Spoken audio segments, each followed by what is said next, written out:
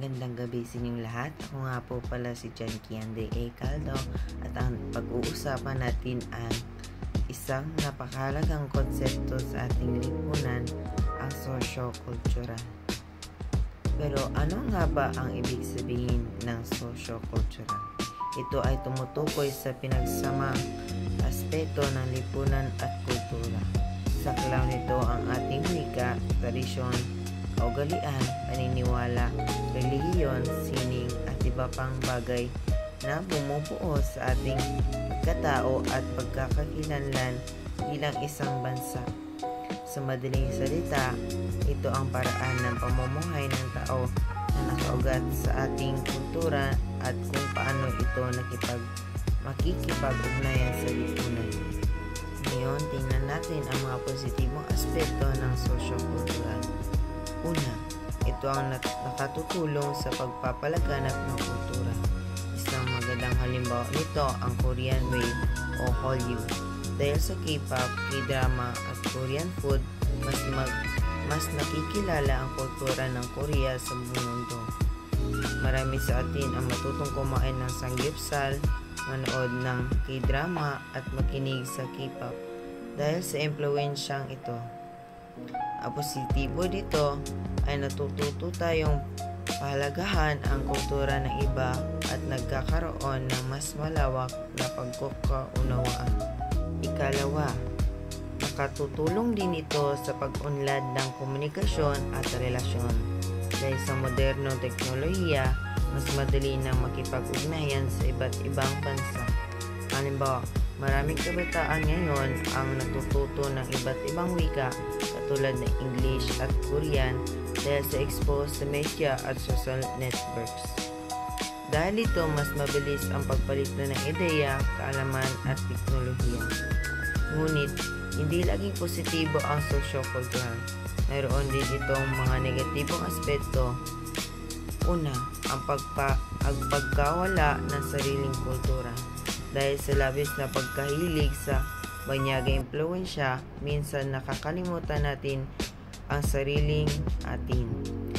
Halimbawa, mas pinipili ng marami ang fast food gaya ng McDonald's at Jollibee kaysa sa tradisyonal na pagkain ng Pilipino tulad ng adobo, sinigang o laing.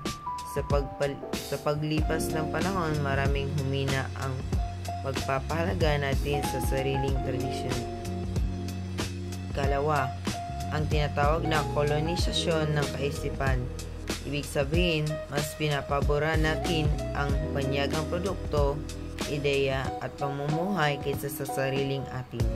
Isang halimbawa nito, ang mga pananaw ng ilang Pilipino na mas maganda o mas mataas ang kalidad ng imported na produkto kaysa sa gawa sa ating sariling bansa.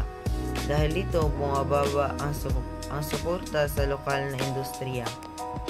Ikatlo, may mga pagkakataon ding nagdudulot ito ng diskriminasyon at hidwaan. Kapag hindi naunawaan ang pagkakaiba-iba ng kultura, nagkakaroon ng hindi pagkakasundo, paminsan-minsan ay nauuwi pa sa sigalot. Ngayon naman, tingnan natin ang malawak na epekto nito sa global na antas.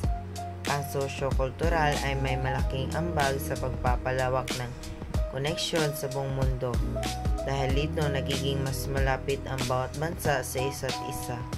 Halimbawa, ang paggamit ng English bilang global language ay nagbibigay daan para sa madaling mag-usap at mga tao mula sa iba't ibang bansa sa negosyo, edukasyon at teknolohiya.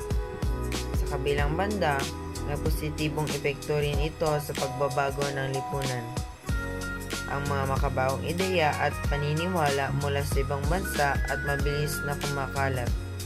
Halimbawa, ang mga kumpanya tungkol sa women empowerment,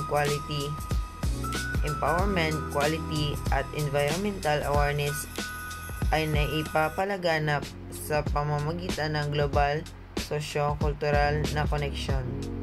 Isa pang epekto ay ang tinatawag na pagkakaroon ng iisang pandaigdig pandaigdigang kultura o global culture.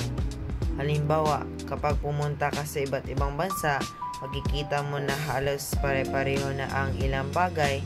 May McDonald's, may social media tulad ng Facebook at TikTok, at may mga pelikulang galing Hollywood. Maganda ito dahil nagkakaroon tayo ng pagkakapareho, ngunit minsan natatabunan nito ang mga lokal na identidad.